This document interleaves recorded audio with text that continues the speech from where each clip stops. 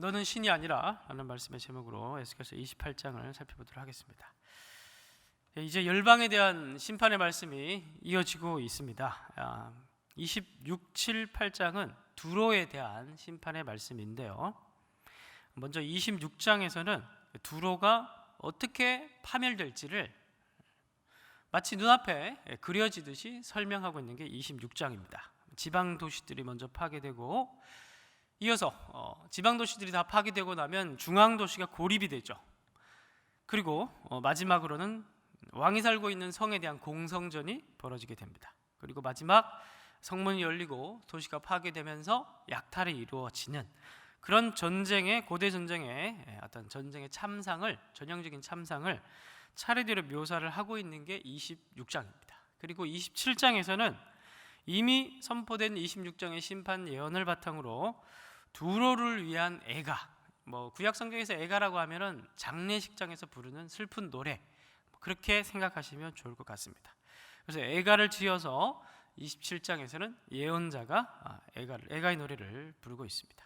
그리고 이제 오늘 28장에 오게 되는데요, 28장은 이 세 장에 걸친 두로에 대한 심판의 말씀에 대한 절정이라고 볼 수가 있습니다. 왜냐하면 26, 7장을 여러분들이 묵상하면서 느끼셨을 텐데요, 두로에 대한 심판이 그렇게 격정적으로 진행이 되지만 두로가 왜 심판을 당해야 되는지 이유는 설명하지 않고 있습니다. 26, 7장에 보면. 그래서 28장은 바로 이제 두로가 앞에 26, 7장에 예언되어져 왔던 심판의 예고가 왜 두로가 멸망당해야 했는지, 왜 그토록 처참한 파멸을 두로가 당해야 했는지를 28장에서 그 이유를 설명하고 있기 때문에 28장이 두로 심판 말씀의 전체에 대한 절정이다, 이제 그렇게 볼 수가 있습니다. 그러니까 오늘 말씀만 좀 잘 읽으면 26, 7, 8장은 잘 묵상한 것이다, 그렇게 생각할 수가 있겠죠. 자, 먼저 1, 2절을 보도록 하겠습니다. 1, 2절. 또 여호와의 말씀이 내게 임하여 이르시되, 인자야, 너는 두로 왕에게 이르기를, 주 여호와께서 이같이 말씀하시되, 내 마음이 교만하여 이르기를, 나는 뭐라고 얘기합니까? 두로 왕이 신이다 라고 얘기를 합니다. 내가 하나님의 자리 곧 바다 가운데 앉아 있다, 그렇게 두로 왕의 입을 빌려서 이런 얘기를 했다, 그렇게 예언자가 소개를 하고 있습니다. 그러니까 죄목은 뭡니까? 두로가 그렇게 심판을 당해야 했던 이유는 무엇입니까? 바로 나는 신이다. 여기서 나는 신이라는 말은 어떤 왕이 자신을 신격화시키는 어떤 우상숭배와 관련된 죄목을 얘기하고자 함은 아닙니다. 그래서 이제 2절 후반부를 보시면 우리가 안 읽었던 부분, 끝부분, 내 마음이 하나님의 마음 같은 채 할지라도, 이렇게 얘기를 합니다. 내 마음이 하나님의 마음 같은 채 할지라도.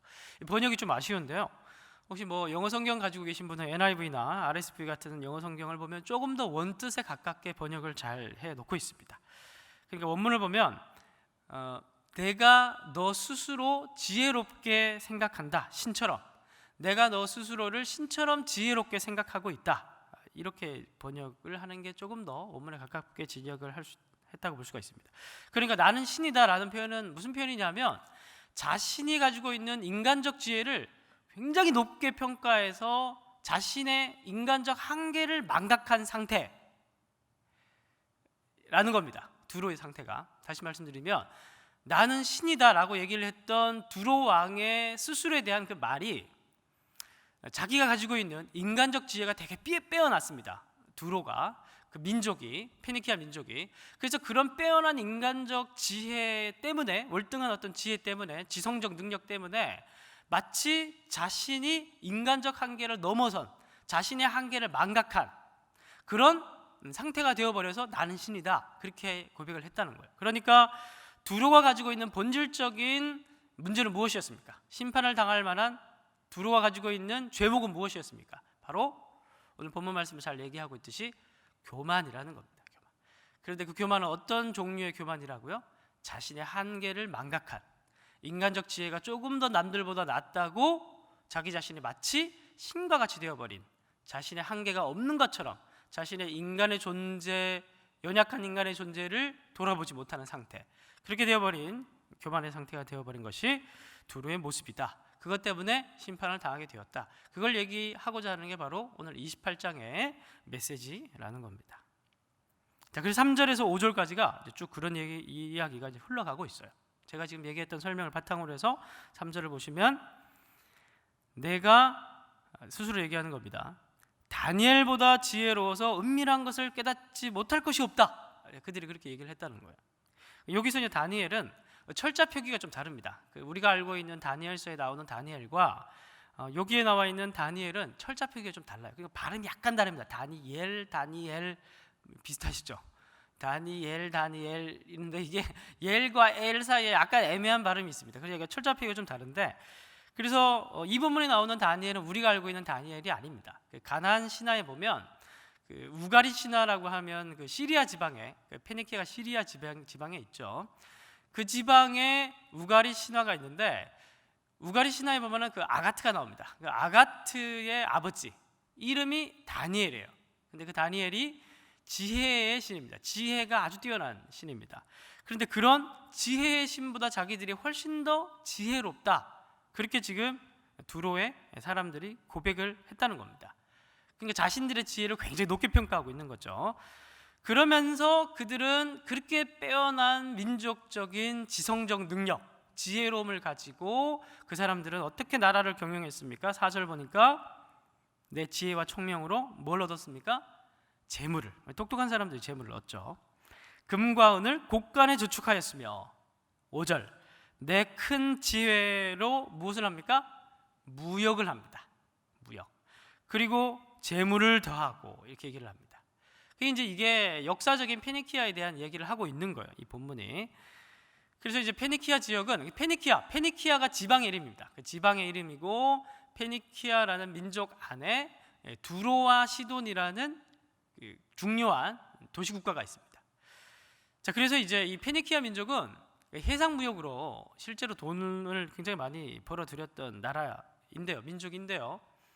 오늘날 우리가 근현대사에서 해가 지지 않는 나라라고 하면은 어떤 나라가 떠오릅니까? 영국이죠.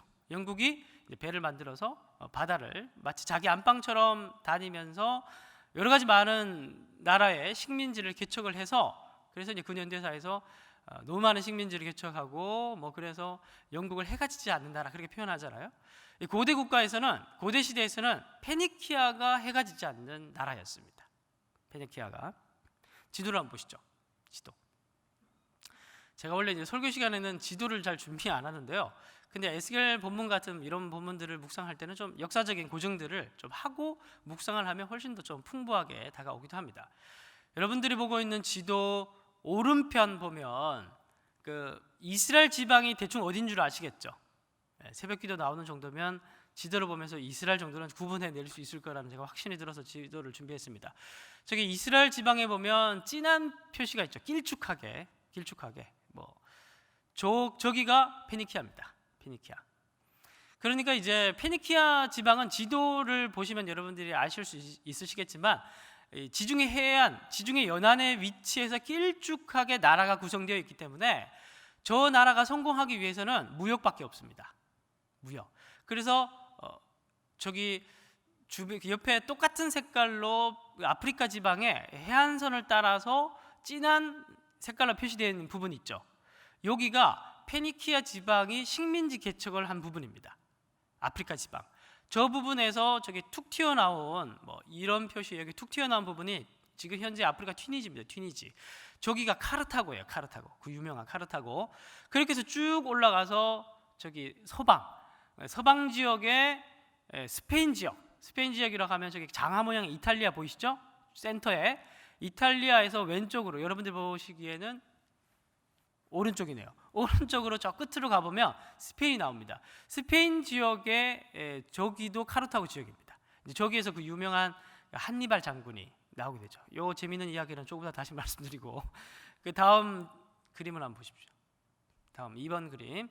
이게 페니키아 상선입니다. 페니키아 상선이 이제 발굴된 건데, 고대 시대 당시에 배의 원조는 페니키아입니다. 페니키아. 그래서 대부분의 다른 나라의 일반 일반적인 다른 나라에 가지고 있었던 상선들은 전부 다 페니키아의 배의 모형을 본따서 만들었습니다.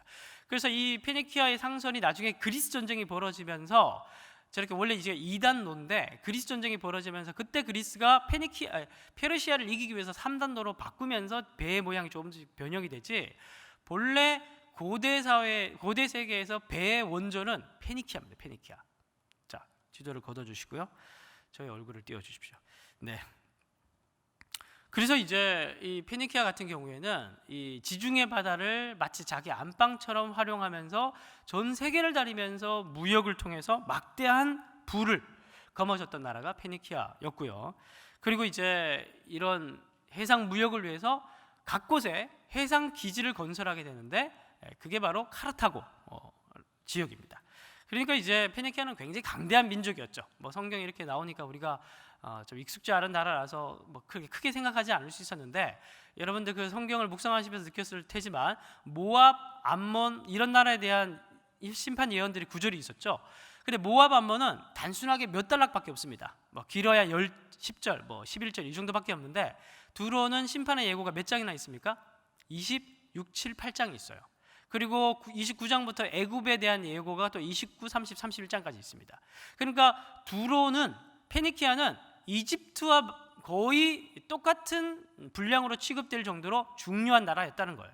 그래서 그 시대 당시 사람들에게 있어서 페니키아 민족이 망한다는 걸 상상할 수 어려운 그런 내용의 심판의 예고이기도 했습니다. 분량을 통해서 우리가 페니키아가 얼마나 강대한 나라였는지를 우리가 알 수가 있는 것이죠. 그래서 우리가 그 열왕기서를 보면, 그 사무엘서 열왕기서 보면 쭉 이제 이스라엘 역사에 대한 이야기가 쭉 나오는데, 다윗과 솔로몬 이야기도 우리가 살펴보면 다윗 시대에 시리아 지역을 다 정복을 했는데도 유일하게 정복하지 못한 나라가 그 페니키아입니다. 시리아 지역 안쪽에 있었던 페니키아 지역을 완전히 정복하지 못했어요. 그래서 페니키아의 그때 당시에 왕의 이름이 히람이었죠. 두로왕 히람이라고 하죠. 두로왕 히람과는 친교를 맺고 두로왕 히람으로부터 솔로몬이 무엇을 공급받습니까? 성전을 짓기 위한 건축 자재들과 건축공들을 공급을 받아요. 돈을 들여서. 그래서 이제 왜 건축공들을 들이냐면 페니키아 지방에 거기는 건축 기술이 되게 뛰어났기 때문에 그렇습니다. 나무를 베어서 배를 건조하고 이런 기술이 다른 나라에 없는데, 페니키아에는 그 기술이 월등히 수백 년간 앞선 기술이 있었기 때문에 페니키아로부터 그런 기술을 수입해서 성전을 지었다는 겁니다.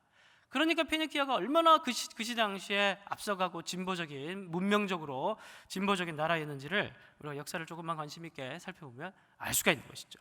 그런데 이 나라가 그렇게 기술적으로 번성을 하고 문명적으로 뛰어나서 많은 막대한 부를 거둬들이게 되니까 이 두로와 시돈, 이 페니키아 지방이 어떻게 됐습니까? 교만에 빠져버리게 된 것이죠. 그래서 6절 봅시다. 6절. 그래서 마음이 교만해졌기 때문에 6절에 보면, 그러므로 주 여호와께서 이같이 말씀하시니라, 내 마음이 하나님의 마음 같은 채, 제가 아까 설명했듯이 신과 같이 지혜롭게 되어버렸다. 우리가 신과 같이 지혜롭다. 그래서 자신들의 마치 한계가 없는 신이 되어버린 양, 그들의 마음이 높아지고 교만해져 버려서 7절, 그런즉 그것에 대한 결과로 내가 이방인 곧 여러 나라의 강포한 자를 거느리고 와서 너를 치리니 그들이 칼을 빼어 내 지혜의 아름다운 것을 치며 너희들이 그렇게 자랑했던 것을 내가 치고 심판하고 내 영화를 더럽히며 또 너를 구덩이에 빠뜨려서 너를 바다 가운데서 죽임을 당한 자의 죽음같이 바다 가운데서 죽게 할지라. 그래서 결국 두로와 시돈은 멸망한 이유는 바로 그 민족의 교만 때문에 결국 파멸에 이르게 되었다라는 것을 오늘 말씀에서 선지자는 예고하고 있습니다. 그래서 실제 또 사진 3번 사진 띄워주십시오. 이게 이제 두로입니다. 두로. 뭐 역사 세계사적 이름으로는 티로스 혹은 티레라고도 하는데, 이게 두로의 사진입니다. 저게 이제 알렉산더 대왕, 3세기에 알렉산더 대왕이 두로 전쟁을 벌이면서 관련된 그림인데요. 두로가 저렇게 바다 한가운데 있습니다. 바다 한가운데 육지에서 뚝 떨어져 있어요. 그러니까 저기 난공불락의 요새라서 바벨로니아와 페르시아를 지나면서도 두로는 완전하게 정복을 못했어요. 그래서 알렉산더 대왕가 저 육지는 다 정복했는데 저기 섬 지역에 따로 떨어져 있는 두로를 정복하지 못하니까 이 오기가 발동했습니다. 그래서 그 알렉산더 전쟁의 신이라고 불렸던 알렉산더 대왕이 6개월 동안 아주 긴 시간 동안에 머물면서 내가 저기는 정복하고 말겠다 오기를 부리면서, 그래서 육지에 있는 돌을 다 모아서 바다를 메워가지고 길을 만들었어요. 기록에 의하면. 그래서 쳐들어가서 결국 두로를 완전히 함락시키고 두로에 있는 백성들을 다 노예로 팔아버렸습니다. 그래서 성을 다 부셔버렸어요. 그게 이제 역사 기록에 있습니다. 그래서 실제 이제 두로가 알렉산더 대왕에게 3세기가 아니고 주전 4세기경에 완전히 멸망하게 되고, 그리고 또 남아있는 나라가 어디 있습니까? 식민지로 개척했던 카르타고. 카르타고가 굉장히 대단한 나라잖아요. 로마와 1차, 2차, 3차 포에니 전쟁을, 포에니라는 말이 라틴어로 페니키아라는 말입니다. 오늘 갑자기 이 새벽부터 너무 많은 역사 이야기를 쏟아놔서 좀 죄송하긴 한데요. 그래서 뭐 이제 이 두로에 대한 예언이 지금 4장 걸쳐서 쭉 이어지고 있으니까 이 교만에 대한 맥락이기 때문에 이런 것 좀 설명을 드려야 할 것 같아서, 그래서 그때 당시 로마와 맞적수로 전쟁을 벌였던 유일한 나라가 카르타고입니다. 카르타고. 근데 그 카르타고 어떤 나라라고요? 그 두로와 시돈 페니키아 지방이 식민지로 개척한 나라예요. 그런데 그 나라 카르타고가 나중에 강대해져서 1차, 2차, 3차 포에니 전쟁, 페니키아 전쟁이 벌어질 정도로 로마의 맞적수가 됐습니다. 그래서 2차 전쟁 때는 한니발 장군이, 페니키아인이죠, 한니발 장군이 군사를 이끌고 로마의 본진으로 들어가서 2년 동안 로마 안에 머물면서 로마를 쑥대밭으로 만듭니다. 그래서 그때 당시에 로마 사람들에겐 아이들이 울 때 너 문 앞에 한니발 장군 와 있다 그러면 울음을 그칠 정도로 두려움에 떨게 만들었던 민족이 페니키아 민족이에요. 그래서 3차 포에니 전쟁 때는 로마가 승리하면서 아예 카르타고를 없애버렸죠. 완전히 소금까지 뿌려버려서 나라가 다시 건설되지 못하게 만들어버렸습니다. 나중에 시저 시대까지 가서야, 이제 수백 년이 지나고 나서야 다시 나라를 건설하게 되는데, 정말 오늘 본문의 말씀에 있는 것처럼 본문의 예언자가 시리아 지역에 대한 예고가 쭉 해 있는 것처럼 정말 하나님께서는 역사 속에서 이 강대했던 페니키아 민족을 완전히 지도에서 사라지게 됩니다. 진짜 이제 하나님의 말씀은 이때 당시 사람들은 믿지 않았겠죠. 어떻게 페니키아가 없어질 수 있냐? 이 강대한 나라가 없어질 수가 있냐? 그런데 실제 역사에서는 그런 일이 벌어졌습니다. 하나님의 말씀은 그렇게 살아있고 운동력이 있어서 실제 이루어졌다는 것을 또 역사를 통해서 우리가 볼 수가 있습니다. 자, 오늘 본문을 우리가 어떻게 적용하면 좋을까요? 오늘 묵상 본문의 분량은 28장 전체를 묵상하는 겁니다. 이제 시간 관계상 10절까지만 볼 텐데요. 오늘 본문은 우리가 어떻게 적용을 하면 좋을까요? 교만에 대해서 좀 생각을 해보면 좋을 것 같습니다. 오늘 본문에서 두로가 가지고 있었던 교만은 자기가 가지고 있는 조금의 다른 사람들보다 나은 인간적 지혜를 가지고 있으면서 그것 때문에 마치 자기가 한계가 없는 존재가 되어버렸냐, 그런 교만에 빠져버린 게 두로의 죄목이었습니다. 오늘 우리에게도 그런 모습이 없는지 좀 돌아봤으면 좋을 것 같습니다. 사람이라는 게 남들보다 조금만 더 나은 것이 가지고 있으면 다른 사람 무시하고 그렇게 되잖아요. 리처드 마우가 쓴 무례한 기독교라는 책이 있습니다. 그 책에서는 이렇게 얘기를 합니다. 기독교인들이 이제는 중세적 승리주의를 버릴 때가 되었다. 이상하게 기독교인이 되면 무례하게 되는 거예요. 이상하게 기독교인이 되면 자기가 뭔가 우월한 존재가 되었다고 생각을 합니다.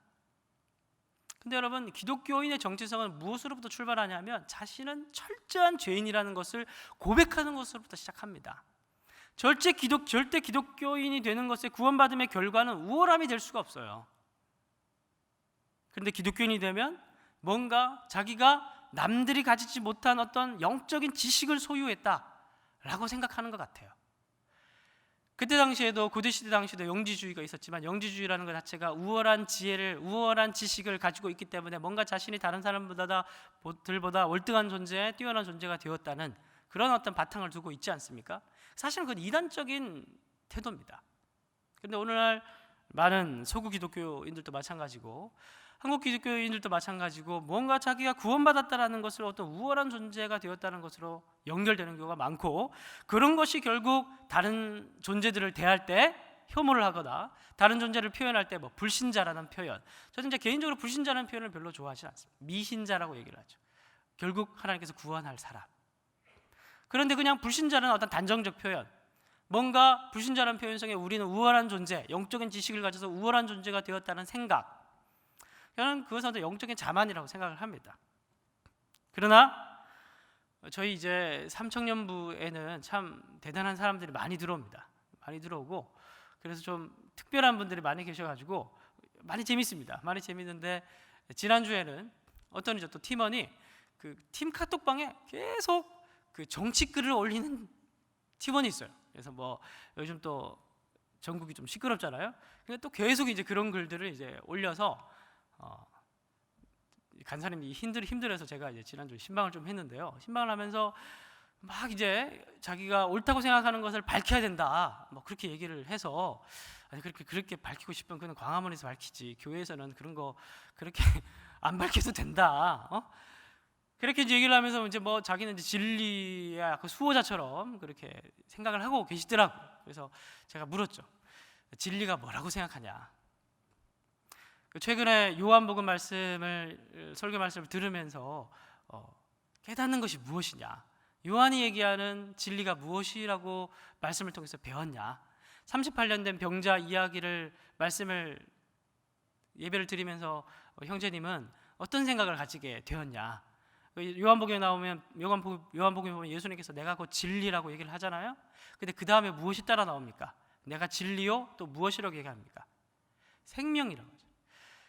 그래서 일반적으로 세상 사람들이 생각하는 진리라는 것은 남들이 가지지 못한 어떤 지식, 배타적으로 소유한 지식이라고 생각하는 경우가 있습니다. 그래서 그런 것을 가졌고 그런 것을 행할 때 자기가 우월한 존재, 남들보다 다른 존재라고 생각하는 경향이 있습니다. 진리가 그런 것이라고 생각합니다. 어떤 정의라는 것에 대한 그런 개념이. 성경에서 얘기하는 진리라는 것은 그런 것이 아닙니다. 안식일에 병자를 고치는 것이 옳지 않다, 그런 것을 주장하고 그런 것을 실천하는 것이 진리를 소유했다고 생각하는 게 그 시대 당시의 사람들의 생각이었어요. 예수님이 가지고 있는 진리의 개념은 무엇이었습니까? 예수님이 말씀하시는 진리는 생명이 살아나는 겁니다. 가장 중요한 진리는 생명이 사는 것이었어요. 사랑, 평화, 그리고 생명, 그것이 예수님이 말하는 진리였습니다. 그 진리를 예수님께서는 실천하시기 위해서, 이루시기 위해서 십자가에 못 박혀 돌아가셨던 것이죠. 예수님은 어떤 것을 남들이 알지 못하는 것을 드러내고, 아니면 예수님께서는 어떤 옳음을 증명하기 위해서 십자가에 오르신 것이 아니라 사랑하기 위해서, 살리기 위해서 십자가에 오르셨다는 거예요. 그래서 사실 우리는 이런 어떤 교례, 어떤 진리, 어떤 지식에 대한 개념들을 잘 몰라서 뭔가 내가 남들보다 알고 있는 것이 내가 우월한 존재임을 증명하고 있다는 생각들을 가지게 되는 경우가 많은 것 같습니다. 그래서 이제 무례한 기독교인이 되는 것 같고, 남들에 대한 태도가 뭔가 그런 식으로 진행되는 경우가 많은 것 같습니다. 제가 이제 단적인 예로 좀 큰 틀에서 그런 차원의 말씀을 드렸는데요. 우리가 오늘 말씀을 통해서 우리 자신의 모습을 돌아보면서 내가 정말 겸손한 태도가 있는지, 내가 정말 남이 나보다 나은 사람들이다 라는 태도로 늘 다른 사람들을 존중하고 늘 다른 사람들을 섬기는 그런 어떤 모습으로 살아가고 있는지, 내가 조금 남들보다 가지고 있는 조금 더 많은 재물, 조금 더 높은 지능, 이런 것들 때문에 내가 혹시 다른 사람보다 더 나은 사람이라는 어떤 태도를 가지고 늘 다른 사람을 대하고 무시하고 혹은 혐오하거나 그렇게 살아가고 있지 않은지, 이 말씀에 나오는 두로의 모습이 나의 모습은 아닌지, 결국 이 말씀 가운데 내가 받아야 할 심판의 말씀은 없는지 그렇게 돌아보고 적용하는 시간이 되시기를 주님의 이름으로 축원드립니다. 우리 합심해서 기도하시겠습니다. 우리 기도하실 때 말씀을 붙들고, 하나님, 이 심판의 말씀을 통해서 나 자신을 조금 더 세밀하게 돌아보게 하시고, 우리가 하나님 말씀 가운데 나아가서 다시 한 번 더 우리가 우리의 삶을 교정하고 새로워질 수 있는 이 새벽이 될 수 있도록 기도하시고요. 여러분 각자 가지고 나오신 기도 제목을 가지고 기도하고 돌아가도록 하시겠습니다. 기도하겠습니다. 하나님, 오늘도 두로의 말씀, 두로에 대한 심판의 말씀을, 예언의 말씀을